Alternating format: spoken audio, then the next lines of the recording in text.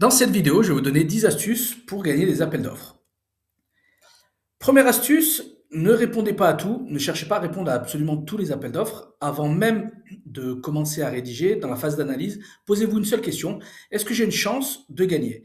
Est-ce que ce qui est recherché par l'acheteur, c'est quelque chose que je maîtrise? Est-ce que les critères de notation sont en ma faveur? Est-ce que par rapport à la concurrence, je vais avoir des choses à dire? Sélectionner, c'est déjà performer. Deuxième astuce, il est important de bien lire le règlement de consultation. C'est ce qui va vous expliquer comment répondre au marché. Et donc, bien identifier, de ne pas oublier de documents dans le cadre de votre réponse, de bien identifier également les critères de notation et les points clés pour l'acheteur, et de bien vérifier les conditions de participation pour être sûr que votre dossier sera conforme. Troisième astuce, on en a déjà un petit peu parlé, mais l'analyse des critères de notation, elle est centrale quand on veut répondre à un appel d'offres. C'est sur ces critères que l'acheteur va vous noter. Donc l'objectif, c'est de bien vérifier que les principaux critères de notation correspondent à des atouts de votre entreprise. Et les critères de notation vont aussi vous servir pour bâtir le plan de votre mémoire technique.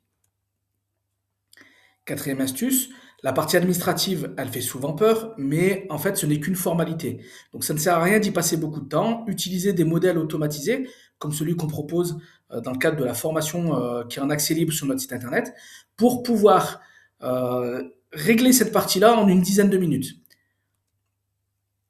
Cinquième point, la structure du mémoire technique, elle est là aussi centrale, c'est la base pour bien être noté. Un bon mémoire technique, c'est pas forcément un document qui est très long, mais c'est un document qui est clair, qui est structuré et qui répond à ce que veut l'acheteur.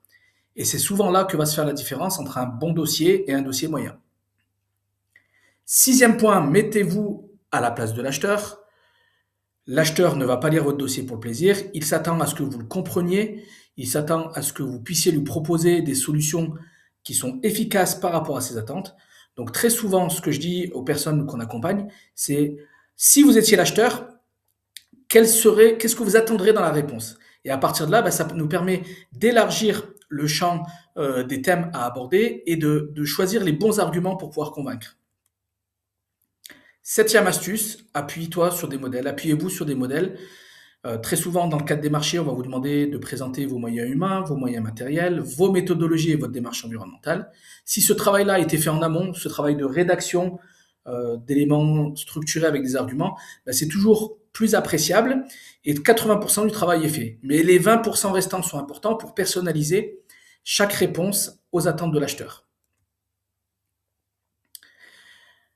Huitième astuce, à partir du moment où c'est possible, anticiper. Anticiper, ça veut dire qu'il faut, avant même que le marché soit publié, en savoir plus sur les attentes, les besoins, les exigences de l'acheteur, connaître les projets. Se préparer avant la publication, ça change beaucoup de choses. Parce qu'en plus de ça, vous aurez pu prendre contact avec l'acheteur en amont de la consultation. Vous ne pourrez plus le faire de manière directe pendant la consultation.